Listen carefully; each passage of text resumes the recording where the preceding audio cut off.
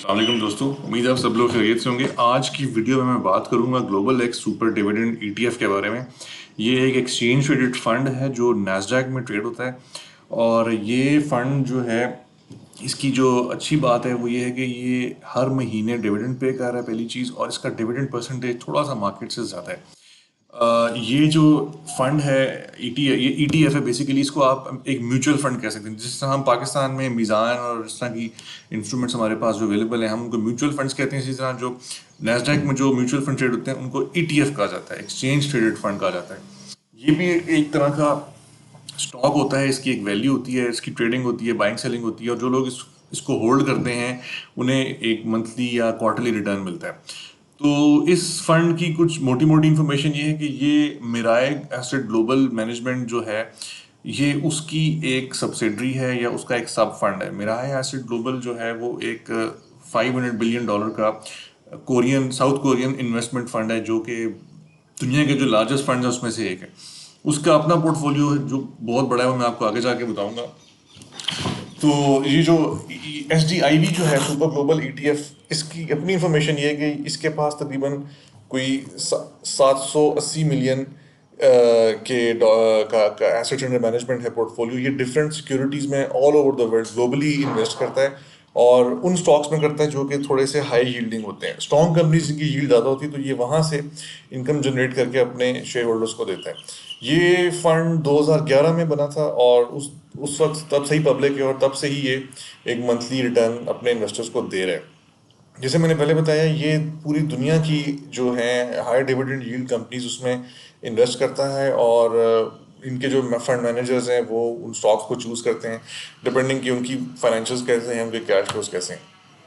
तो अभी तो इसके जो इस फंड का जो ओनर है उसके बारे में अगर हम बात करें तो ये मैंने आपको जैसे पहले बताया, मिराई एसेट ग्लोबल जो है मैनेजमेंट, ये उसका एक सब फंड है। और मिराई एसेट ग्लोबल इटसेल्फ एक साउथ कोरियन फंड है जो कि 97 में बना था।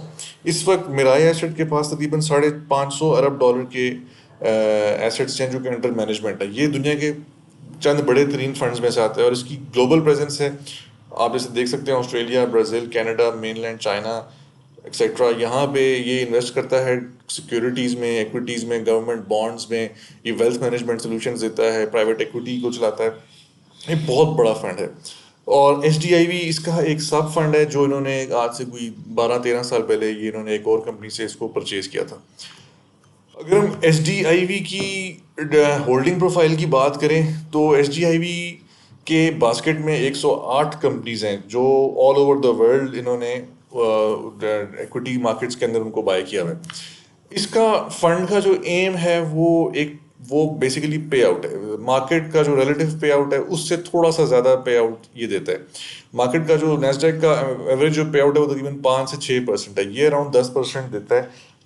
और वो उस 10% को अचीव करता है इस तरह के वो दुनिया की जितनी भी कंपनीज हैं उनमें इन्वेस्ट करके हाई यील्ड निकालता है। इस फंड का जो एक्सपोजर है वो energy, metals, financial services, real estate, communications, telecommunications और LNG ट्रांसपोर्टेशन और ऑयल एंड गैस सेक्टर में ज़्यादा है। ये आपको मैं आगे जाके बताऊंगा, इसकी जो डिटेल होल्डिंग प्रोफाइल है जब आप वो देखेंगे।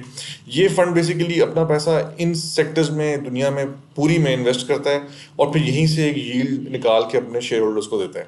इसके पास जो कंपनीज हैं इसके AUM में, वो स्मॉल कैप्स भी हैं और मिड कैप भी हैं, कुछ कंपनीज लार्ज कैप भी हैं और वो companies all over the world हैं।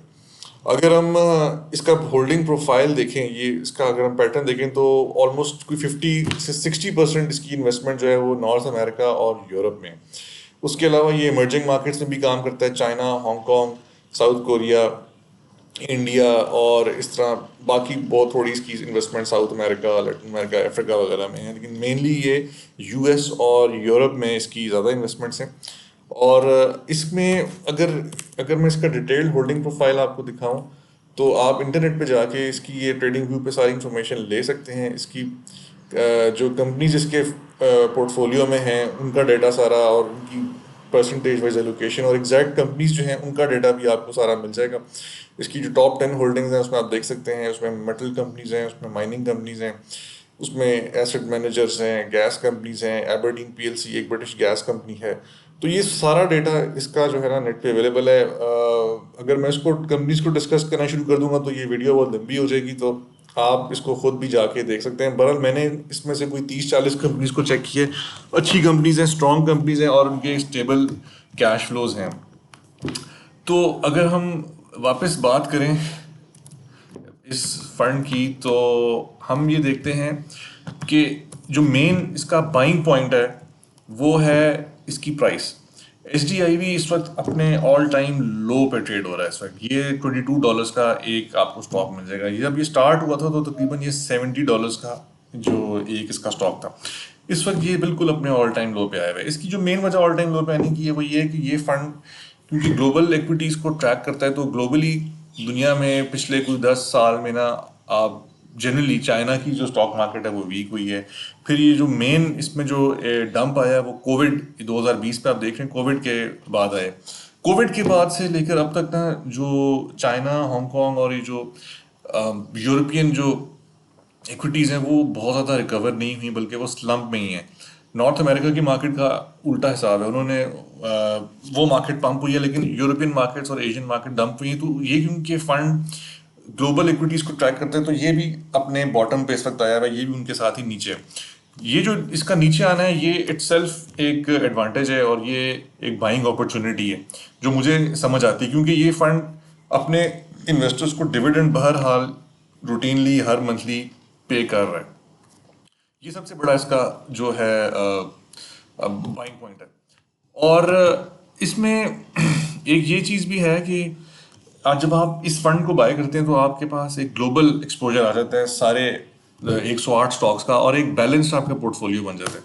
और मंथली इनकम है, अभी इसका 2 अगस्त को इसका डिविडेंड आ रहा है, और डिविडेंड की भी अगर आप देखना चाहें तो आप सारी वो देख सकते हैं जाके, पे आउट हिस्ट्री डिविडेंड्स की। इसने आखिरी डिविडेंड जुलाई में दिया है, फिर जून में दिया है, फिर मई में।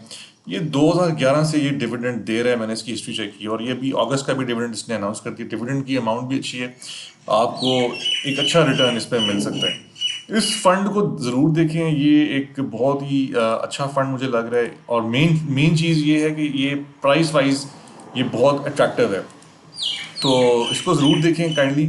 और मुझे अपने कमेंट्स में ज़रूर बताइएगा आपका क्या ख्याल है इसके बारे में। और till next time, take care, Allah हाफिज़।